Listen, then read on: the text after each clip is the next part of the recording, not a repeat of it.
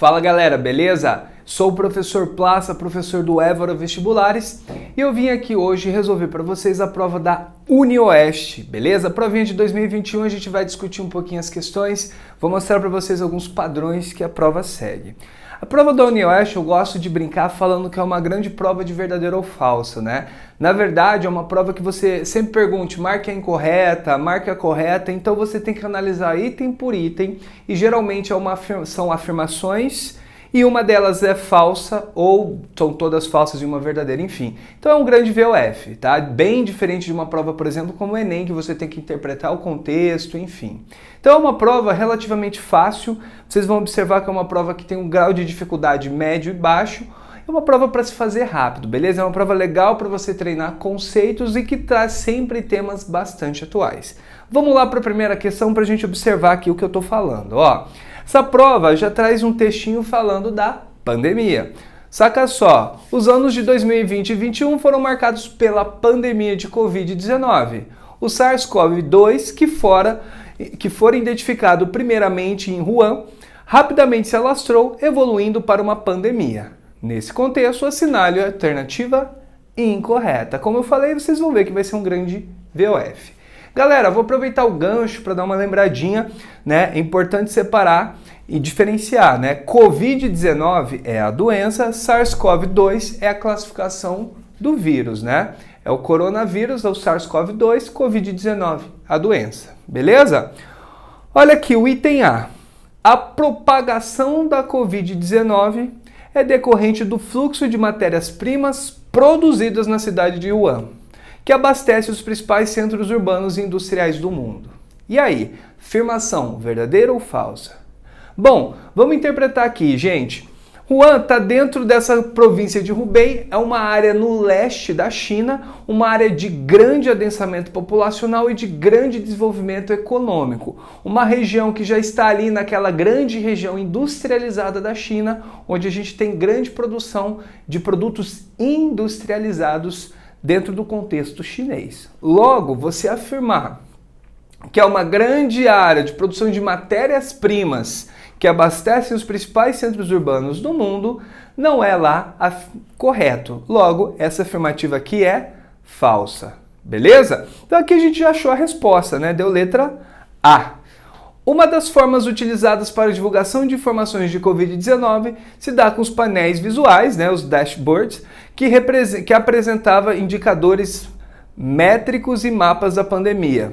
Bom, isso aí, gente, foi bastante utilizado. Sabe quando vê no jornal aqueles indicadores mostrando o gráfico, evolução da pandemia ao longo das semanas, dos dias, número de casos, pessoas que morreram, aquilo tudo, aquela organização visual que você usa gráficos, vários tipos de gráficos, cores diferentes, é justamente a utilização desses painéis visuais. Então, correto.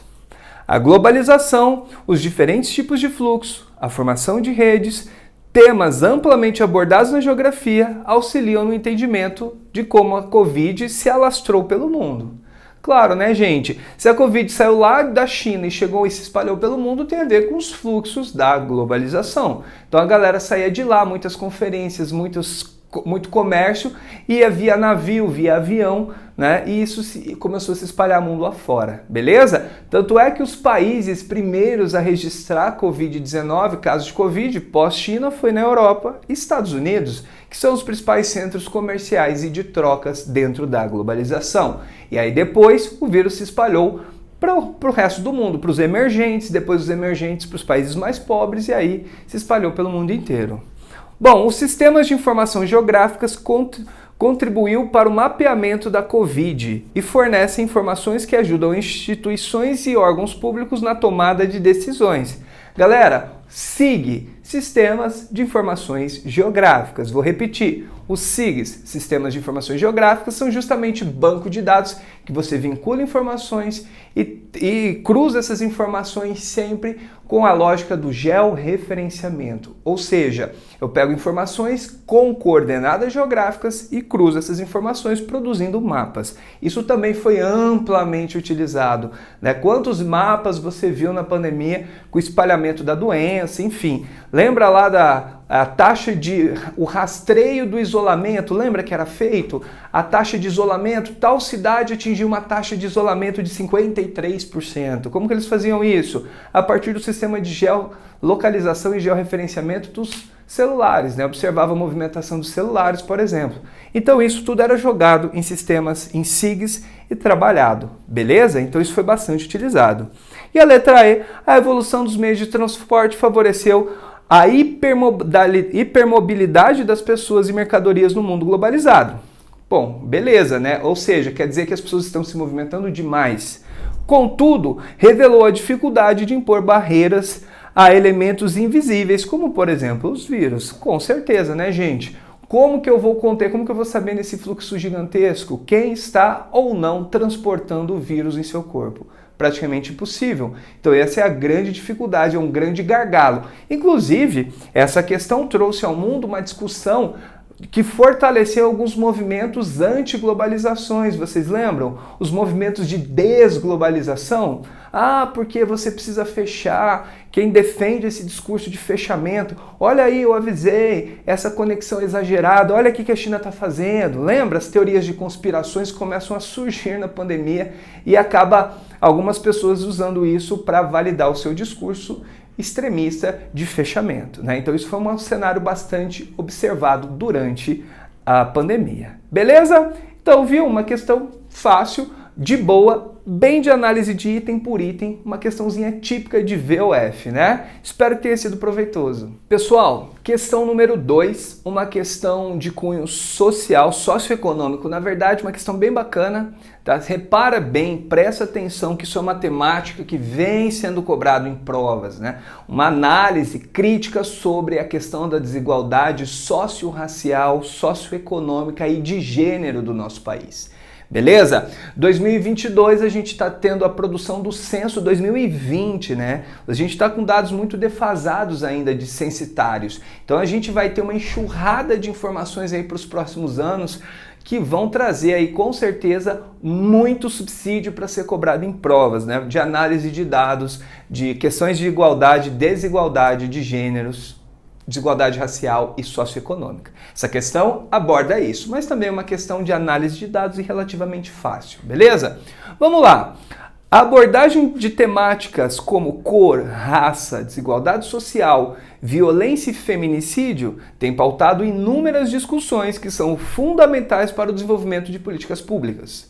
Nesse contexto, observe os dados abaixo, oriundos do IBGE, e com seus conhecimentos sobre a temática, assinale a alternativa incorreta. Vamos analisar os dados aqui, galera. Bom, aqui ele te dá um dado de mercado de trabalho.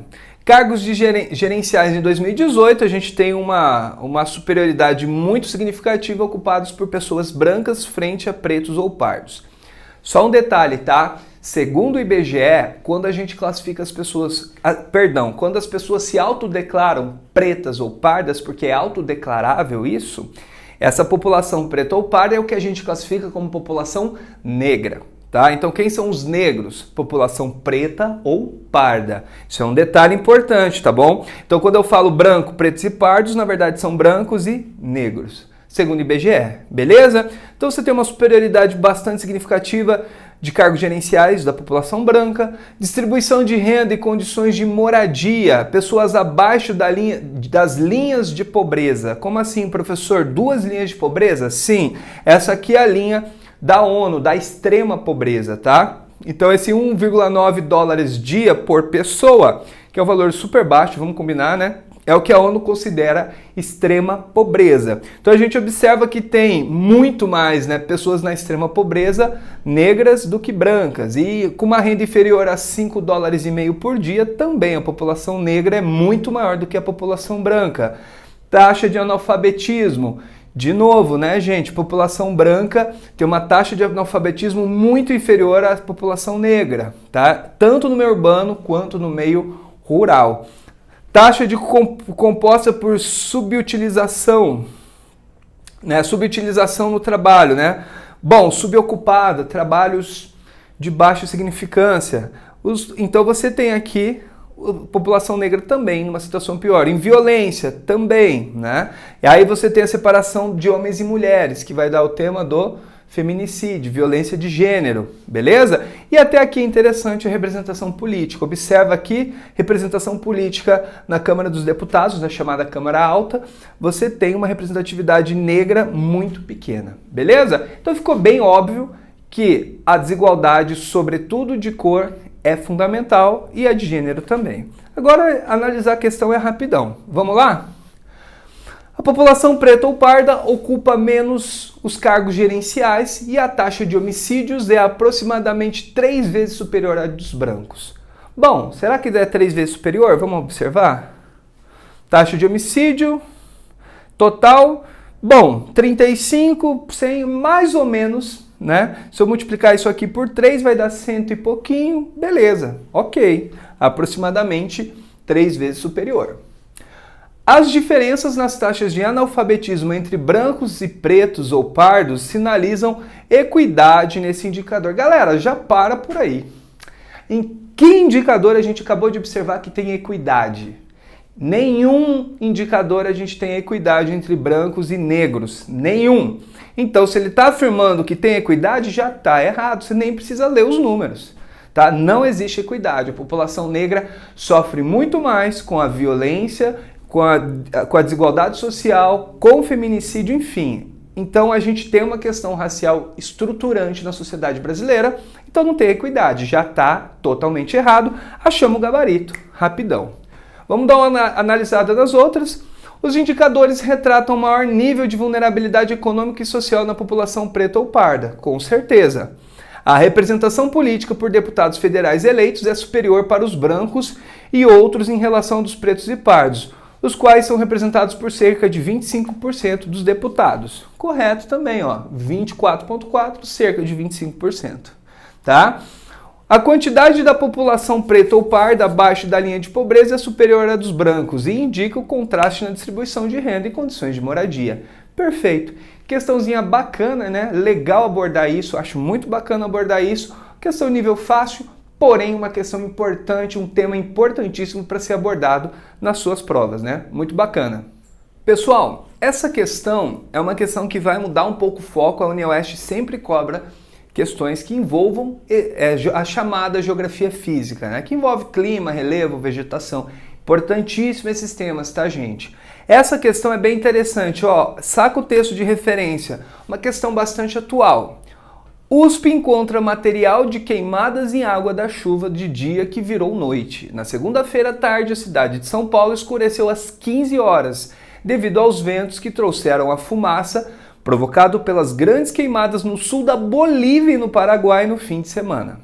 Essa fuligem atravessou o Paraná, Mato Grosso do Sul, São Paulo e chegou a alcançar Minas, somando-se à fumaça provocada pelas queimadas amazônicas e aumentando a intensidade desse corredor de fumaça. Massa, né? Tá vendo que ele já tá te dando um texto que vai falar de circulação atmosférica. Pô, como que a fumaça sai lá da Bolívia e vai parar em São Paulo? Sai lá da Amazônia, vai passar Paraná, Mato Grosso do Sul, vai chegar em São Paulo, Minas. Rolê louco. Então, você vai precisar lembrar de circulação geral da atmosfera. Em 2019, o fenômeno das queimadas explicitou o fato de que a atmosfera é um todo complexo e interligado pela dinâmica das massas de ar. Sobre a circulação geral, assinale a alternativa correta. Até que enfim, né? Uma para marcar correta. Vamos observar aqui, ó. A circulação geral da atmosfera forma centros de alta e baixas pressões, responsáveis pela dinâmica do ar dos polos para o equador via tropopausa. Pausa aí, né? Vamos olhar aqui o desenho maroto que eu fiz para vocês. Ó, olha aqui no quadro. Estão lembrados disso? Aluno que estuda lembra. Se você não lembra, pega seu livro de climatologia geral e dá uma estudadinha.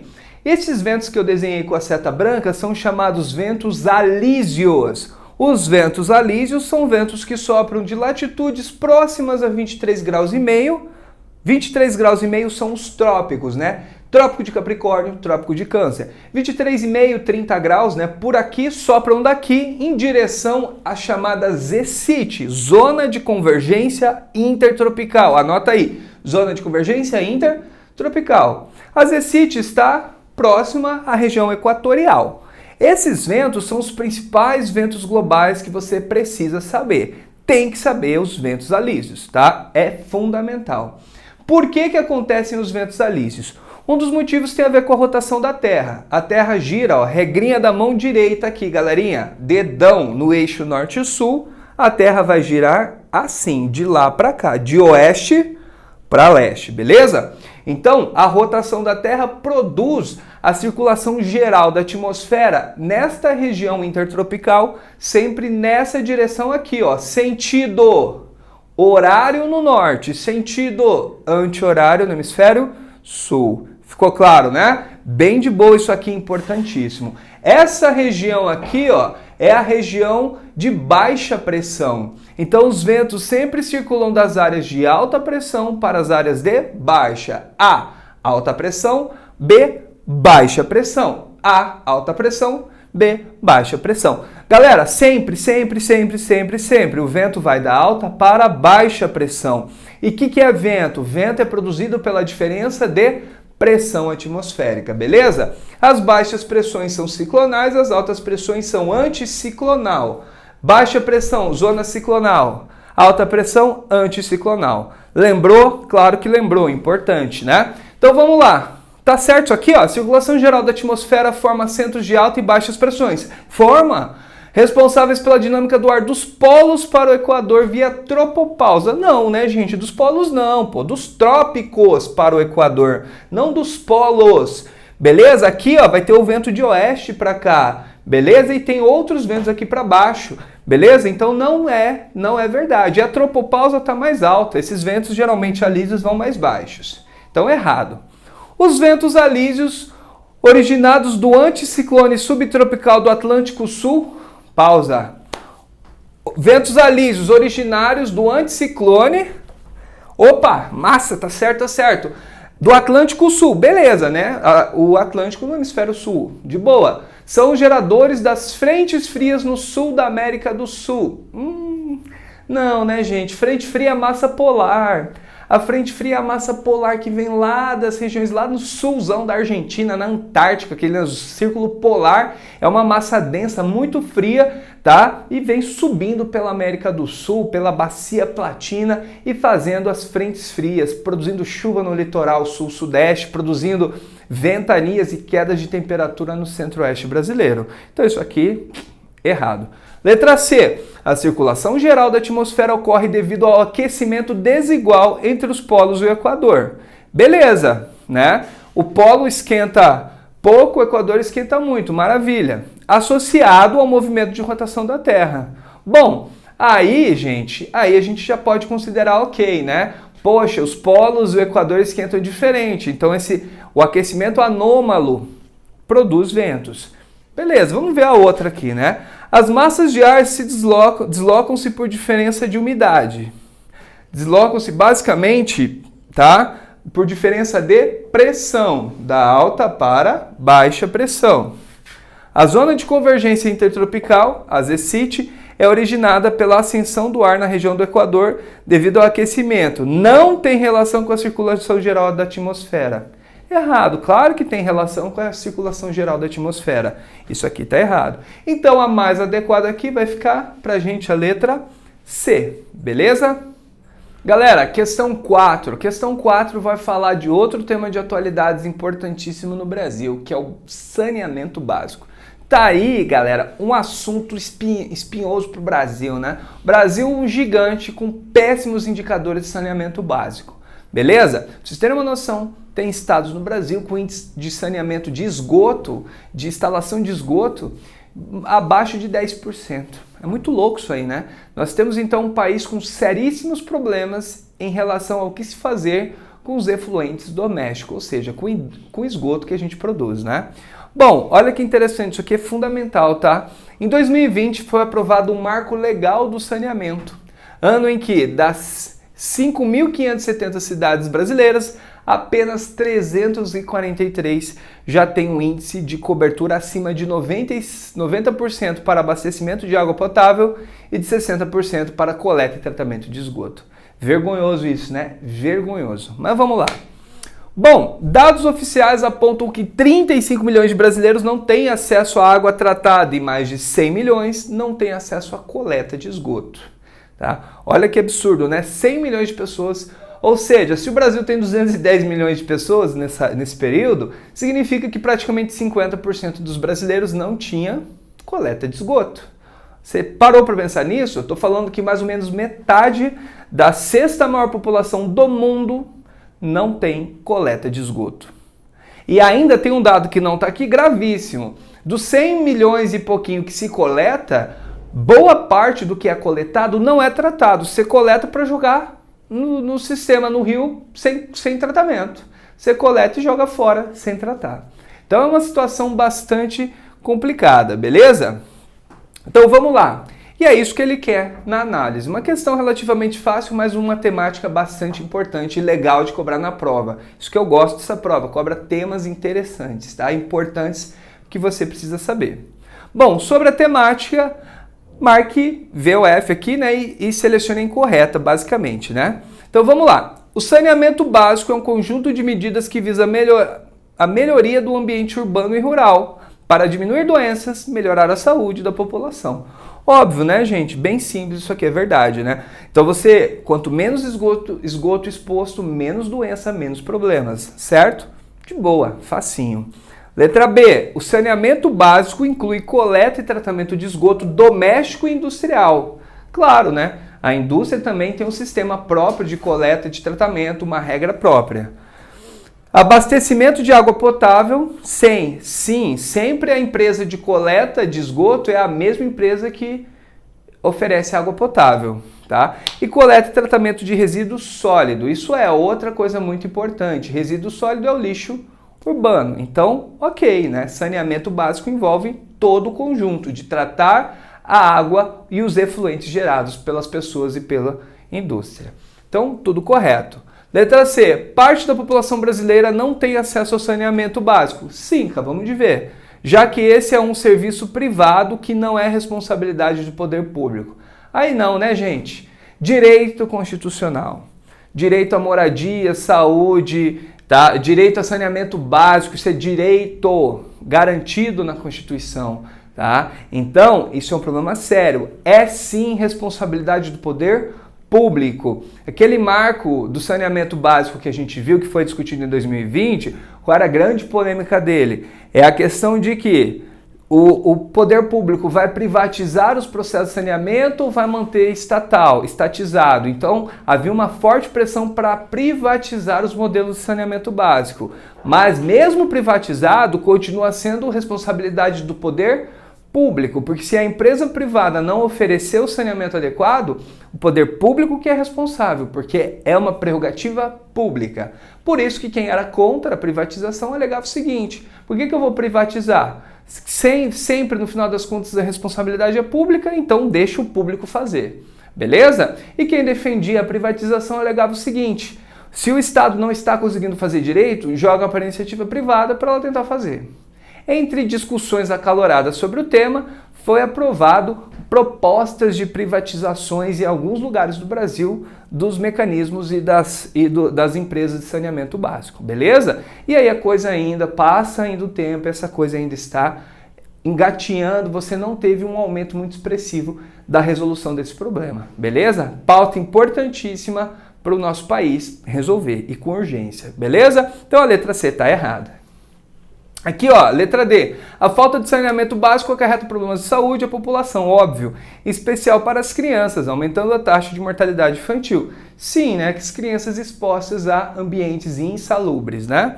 Saneamento básico adequado melhora a qualidade do ambiente, obviamente, já que evita a poluição dos rios, de lagos e dos solos. Questãozinha, massa, facinho e de temática bastante relevante. Questãozinha 5, questão de indústria. Repara que varia legal o tema, né? Falamos já de climatologia, falamos de saneamento básico, questões socioeconômicas e desigualdade e falamos também sobre questões ligadas agora à industrialização, né? Essa questão é interessante, uma questão também relativamente simples, que bem conceitual, falando sobre o processo de desconcentração espacial das indústrias. Vamos lembrar, por que as indústrias querem desconcentrar? Por que elas querem sair daqui e ir para outros lugares? A principal motivação básica de qualquer indústria em sair, em mudar, é buscar um custo produtivo obviamente mais baixo. Essa é a menina dos olhos de qualquer indústria de grande escala, produzir mais barato. Só que para produzir mais barato, muitas vezes geram o que a gente chama de externalidades. As externalidades de uma produção barata é o quê? A poluição ambiental. Tá barato essa produção porque ele não está tomando os cuidados ambientais necessários. Outra externalização, os danos sociais, ou seja, essa produção é barata porque eu exploro a mão de obra. Outra externalização pode ser a questão de não respeitar normativas e pagar impostos, ou seja, uma externalização tributária. Essa empresa está recebendo benefícios tributários de algum governo.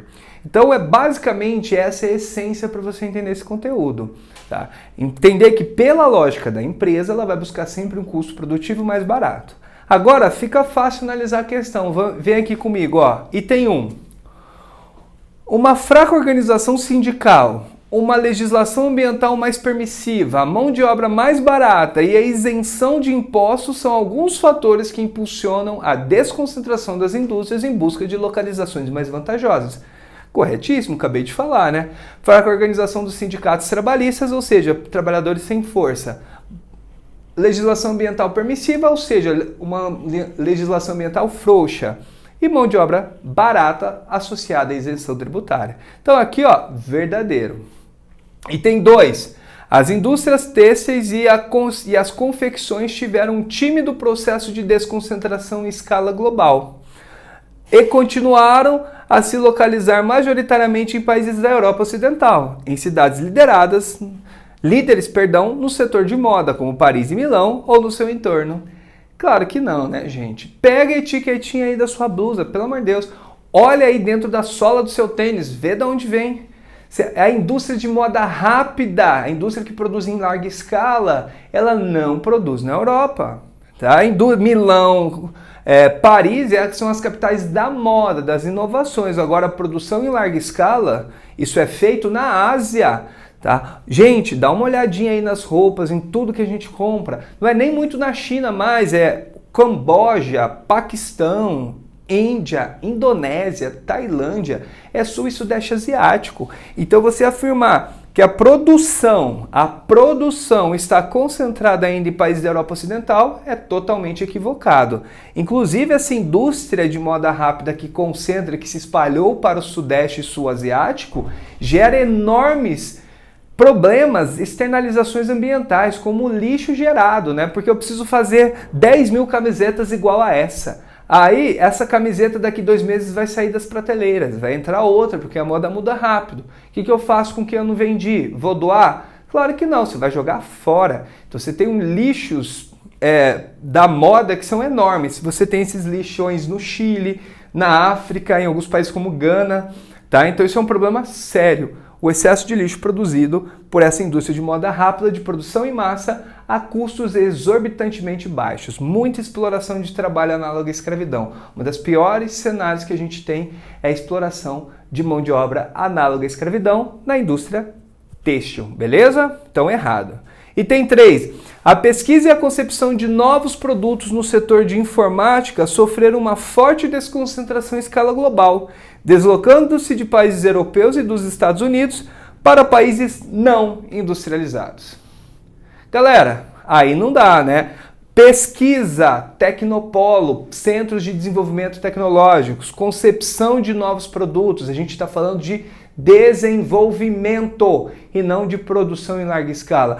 É óbvio que o desenvolvimento e a concepção continua nos centros de poder econômicos, tanto nos Estados Unidos quanto na Europa Ocidental. Às vezes vai para a China, Taiwan, fábricas de chip, né? Você vai ter ali Hong Kong, um grande centro tecnológico, Xangai, Pequim, mas ainda assim, tá? Não é para países não industrializados. Totalmente errado. Olha, o seu iPhone tá lá escrito que é fabricado na China, porém desenvolvido aonde? Na Califórnia, beleza? Então, errado. Tá, item 4. Violência urbana, altas cargas de impostos, preços elevados de terras urbanas e congestionamento são deseconomias de aglomeração. Grifa isso, ó, deseconomias de aglomeração. Grifa isso, por quê? O que é uma deseconomia de aglomeração? São os fatores que produzem a saída das empresas. Até agora a gente falou dos fatores que atraem as empresas. A deseconomia de aglomeração são os fatores que produzem a saída, tá? Por que as empresas querem sair de São Paulo, por exemplo, tá? Então, isso tudo aqui é deseconomia de aglomeração? Sim. Está muito concentrado, aumenta a violência urbana. Os impostos sobem porque tem muito terreno, muita indústria. Aumenta a legislação ambiental, fica mais rígida. O preço dos terrenos sobe. Tudo isso é estimulante para a indústria querer sair dali e buscar lugares mais vantajosos. Por isso que isso aqui é verdadeira. E 5. Os tecnopolos são uma alternativa para a localização das indústrias de alta tecnologia, que não se concentram somente em regiões industriais tradicionais e passam a ocupar cidades interioranas ou subúrbios, como Silicon Valley nos Estados Unidos. Perfeito, né? Lembra que saiu essa região de indústria tradicional americana, que é lá na costa leste, perto de Chicago, Pittsburgh, e o Vale do Silício fica na Califórnia, né? Região ali de Palo Alto, Los Angeles, São Francisco, naquele rolê ali. Então saiu das indústrias tradicionais e foi ocupar cidades longe dali, beleza? Corretíssimo. Por isso o item alternativa correta fica a letra E. Itens 1, 4 e 5 corretos, beleza? Maravilha? Questão 6, gente. Essa questão vai tratar de um tema bastante peculiar, agricultura. Mas a agricultura urbana. Olha que diferente, né? Questão interessante também, tá? Leia o texto a seguir. A agricultura urbana avança no país em contexto em que se busca produzir alimentos saudáveis, novas formas de sociabilidade e geração de renda. De acordo com o mapeamento realizado pelo Coletivo Nacional de Agricultura Urbana, todas as regiões do país contam com a presença desse tipo de cultivo. A partir disso, analise e marque a correta. Vamos lá, gente. Antes de ler as alternativas, deixa eu comentar uma coisa importante com vocês aqui. Essa agricultura urbana veio de uma demanda, tá, de produção descentralizada, certo? Essa demanda de produção descentralizada de alimentos é uma demanda de grupos dentro das sociedades urbanas que buscam alimentos com baixo teor de agrotóxicos, alimentos que fiquem mais baratos por serem produzidos mais próximo do mercado consumidor, alimentos com qualidade maior. Você tem vários grupos de pessoas que buscam essa agricultura urbana por motivos diferentes.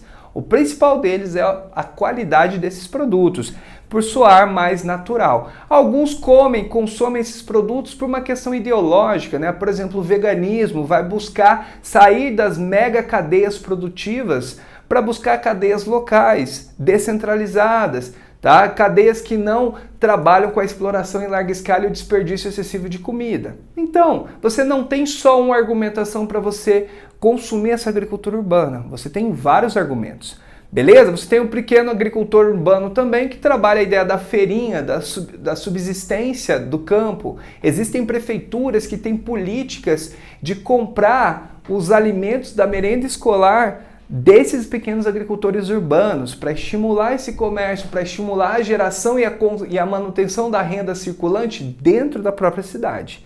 Então a gente tem uma perspectiva bastante interessante disso. Beleza? Vamos ver como que traz as afirmações para a gente analisar se elas são verdadeiras ou falsas, né? Bom, o primeiro item. A agricultura urbana contribuiu para reduzir a insegurança alimentar na cidade, oferecendo alternativa de alimentos saudáveis para a população. Poxa, de cara já, acabei de falar isso, né?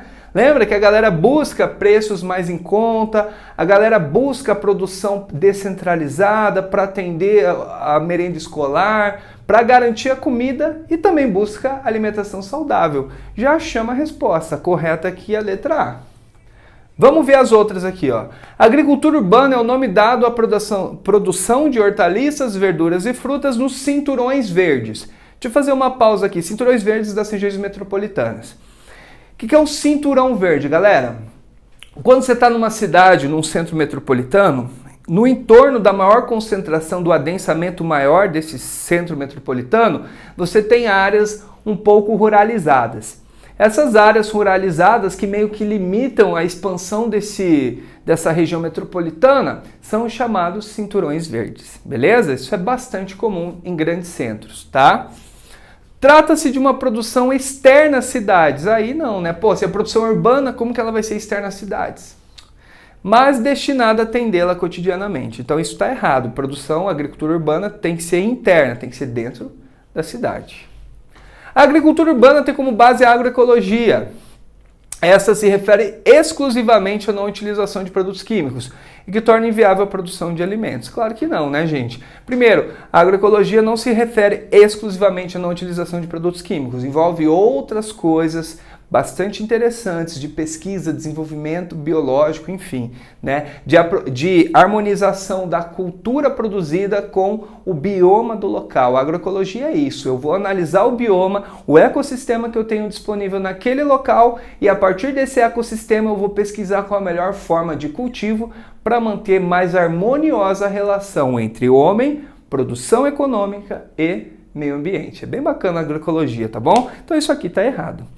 Letra D. A agricultura urbana é afetada pela poluição das cidades e, por isso, oferta alimento com piores valores nutricionais que a agricultura rural. Nada a ver, né? Isso não tem base. E hortas comunitárias e caseiras não estão incluídas entre as práticas de agricultura urbana. Claro que estão, né, pô? A agricultura urbana é produzida de forma descentralizada, como eu falei, dentro das cidades. Pode ser numa área coletiva dentro de um condomínio, pode ser num pequeno espaço urbano que ficou ali no meio de um bairro, pode ser sim, beleza? Então isso aqui está errado. Então o correto aqui fica a letra A.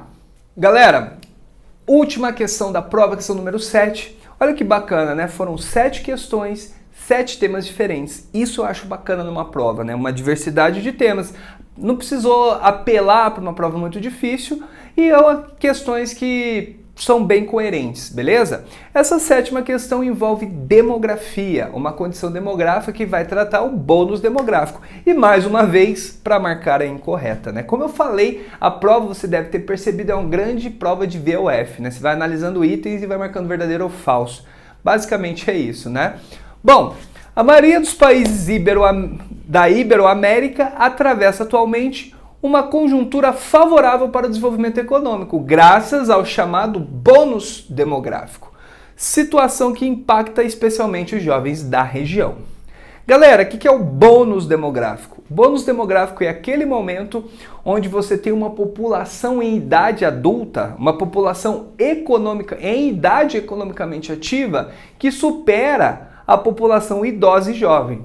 Então, se você pegar a população idosa e jovem e somar, você vai ter um valor menor do que a população acima de 15 anos. Geralmente, população em bônus demográfico está entre 15 e 65 anos, o intervalo produtivo.